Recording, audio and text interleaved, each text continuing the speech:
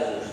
Un pla d'ajust que no és una novetat en aquest consistori, atès que el 2012 ja vam aprovar un altre pla d'ajust.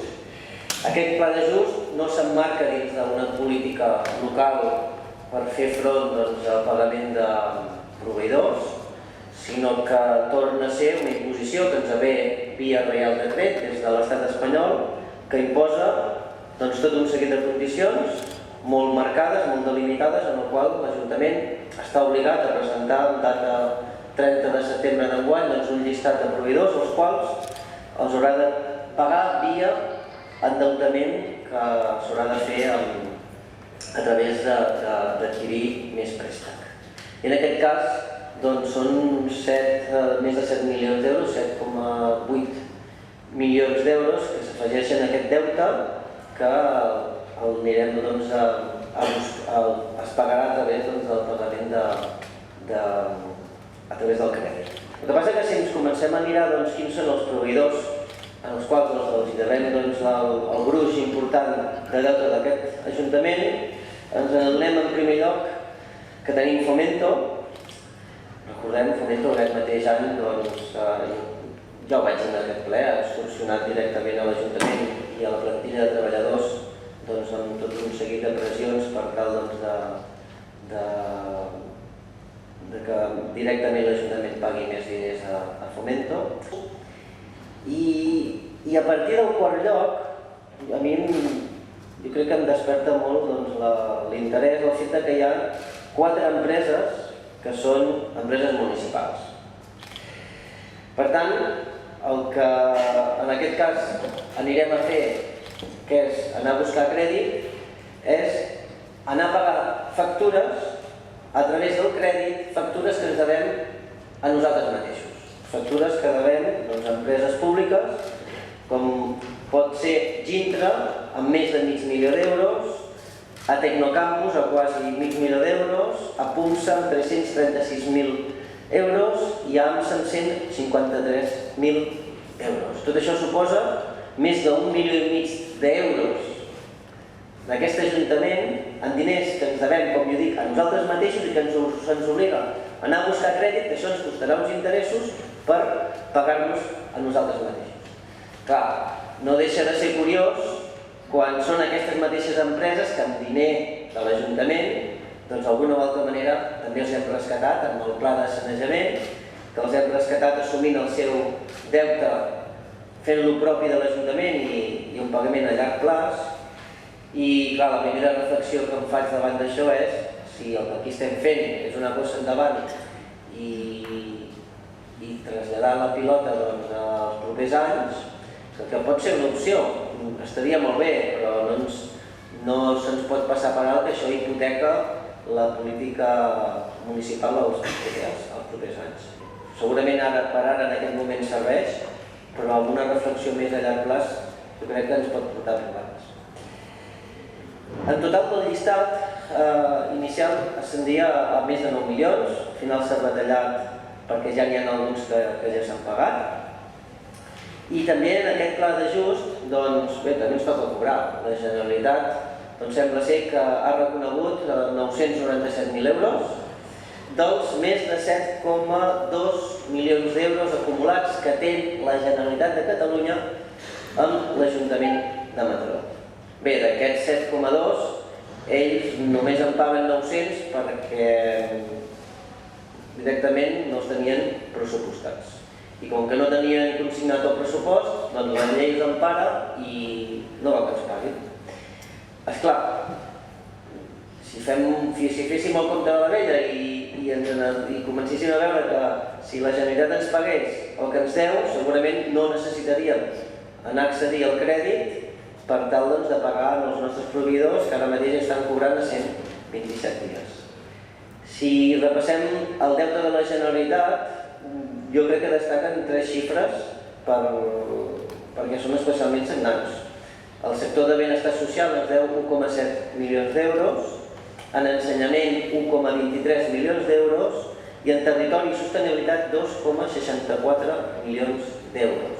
Això el que estaria dins la llei de barris. Clar, és important repassar això i adonar-nos que ara se'ns obliga a endeutar-nos, a pagar més interessos i per tant que la ciutadania acabi pagant de la seva butxaca un accés al crèdit, quan segurament si aquí tothom pagués el que deu, doncs tot això ara mateix no passaria. I clar, tot això a mi em sorprèn. I d'entrada em sorprèn també que el reconeixement d'aquest deute no estigui clar. L'Ajuntament diu una cosa, la Generalitat en diu una altra, i el que encara és més sorprenent és que hi hagi deute acumulat des de l'any 2001. Realment, fa 12 anys que tenim deute pendent amb la Generalitat que no s'ha pagat en aquest Ajuntament. Alguna cosa s'està fent malament. O des d'aquest mateix Ajuntament, o des de la Generalitat, o des d'aquest sistema que tenim establert, no ho sé. Però és intolerable que passin 12 anys i encara quedin deutes pendents entre administracions públiques. Jo crec que això és del tot inadmissible. I és inadmissible perquè al final són unes administracions que deuen diners a unes altres i al final les primeres han de recórrer al crèdit per pagar les altres i a les altres han de recórrer al crèdit per pagar els proveïdors i és una bola que al final aquí només qui guanya és la banca. Jo crec que potser podríem començar a recuperar allò del conte de la vella. Tu pagues el que em deus i el pago el que li dec a l'altre i potser així ho arreglaríem sense haver de recórrer a les entitats financeres que, com he dit, són els únics que hi guanyen. Aquest pla d'ajust conté unes projeccions econòmiques fins l'any 2023, amb tota la dificultat que això comporta, especialment en el moment de crisi actual, on és difícil preveure què passarà d'aquí 4 o 5 anys. Molt difícil. Per tant, aquest pla d'ajust també no deixa de ser un brindis al sol. Hi ha coses que no sabem com anirà, entre d'altres, la mateixa Generalitat, una de la part important dels diners que rebem és per pagar a l'Institut Biada i en l'actual política de retallades és prou previsible que els propers anys disminuirà l'aportació i aquesta disminució no es té en compte. Per tant, segurament aquest pla d'ajust tindrà sorpreses.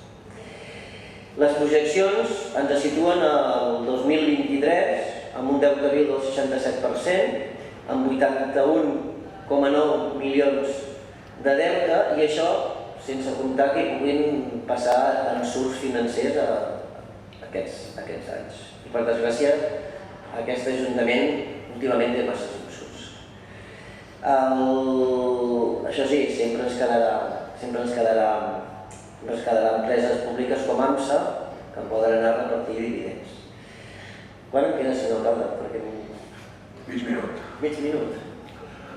Bé, doncs així hem d'anar per feina. Bé, doncs, valorant. Directament, nosaltres creiem que finançar les entitats bancàries amb un 5,5% d'interès quan aquestes l'estan aconseguint a un 1% al Banc Central Europeu, directament creiem que això és una estafa. I per això diem que hi ha una part d'aquest deute que és il·legítim. L'actual situació, aquesta és una consideració important a fer, l'actual situació de 270 milions d'euros del grup Ajuntament, nosaltres ja diem avui que és impossible retornar-los. Uns 100 euros. Moltes gràcies. Al final aquí estem parlant molt del deute, però en última instància això que li toca pagar és al ciutadà. I per tant, qui al final paga els plats trencats són els de sempre. I jo crec que és el que ens ha de fer pensar que les actuals polítiques s'haurien de repensar de cap a peus. Perquè si comencem a buscar responsabilitats i dir que és un dels altres, doncs al final tothom s'acaba assenyalant el dit. I jo crec que les responsabilitats són compartides, començant primer per l'actual govern, evidentment alguna part de responsabilitat tindrem, també evidentment pel govern del Partit Popular, ja sigui pel que jo crec que és cedir davant les pressions de les empreses financeres privades com d'empreses multinacionals com Fomento per tirar endavant iniciatives d'aquestes perquè són els principals proveïdors que tenen deute amb els ajuntaments locals, o també, i d'això tampoc no es pot obviar, un deute del govern de l'Estat amb 8.600 milions d'euros que deu l'Estat espanyol a la Generalitat de Catalunya. O també, per no oblidar-nos, del dèficit fiscal que permanentment escanya els pressupostos, ja siguin locals o de la Generalitat d'aquest país. Abans el senyor López em deia que hi havia entre els proveïdors segurament empreses de l'àmbit local que si no cobren no poden tirar endavant. Evidentment que n'hi ha, però mirin, de les 59 empreses de proveïdors que en aquest llistat passaran a cobrar, només 9 d'aquestes cobraran més de 6 milions d'euros dels 7 i escaig. I d'aquestes 9, 5 ja són les empreses municipals i les altres són empreses multinacionals. La resta de proveïdors que passen a cobrar són despeses que no pugen gaire i que en un 100% podrien cobrar en un termini molt curt de temps perquè comparat amb el total suposa una despesa petita. Jo crec que d'alguna o altra manera s'haurà de començar a interioritzar una política austera. Evidentment, davant d'aquesta situació calen polítiques austeres, però polítiques d'esquerres austeres que afavoreixin a les classes populars i que facin pagar els qui cada dia acumulen més riquesa i que són més pocs. Jo crec que està començant una batalla que serà la batalla del deute i aquesta batalla haurà de servir per canviar les actuals relacions de poder. Perquè el deute que cada dia s'acumula en les administracions locals, i aquí l'Ajuntament de Mataró en tenim un exemple molt clar, és un deute que ens fa menys sobirans, més dependents, més dèbils, més súbdits, diria jo, menys poder polític, i que, per tant, la política local ja no està en mans, evidentment, de la nostra ciutadania, però és que ni del mateix govern d'aquesta ciutat. Nosaltres, com a grup municipal, no volem ser còmplices d'aquestes polítiques i volem denunciar aquest cicle que al final qui guanyen són els de sempre i per aquest motiu nosaltres hi votarem en contra. Gràcies.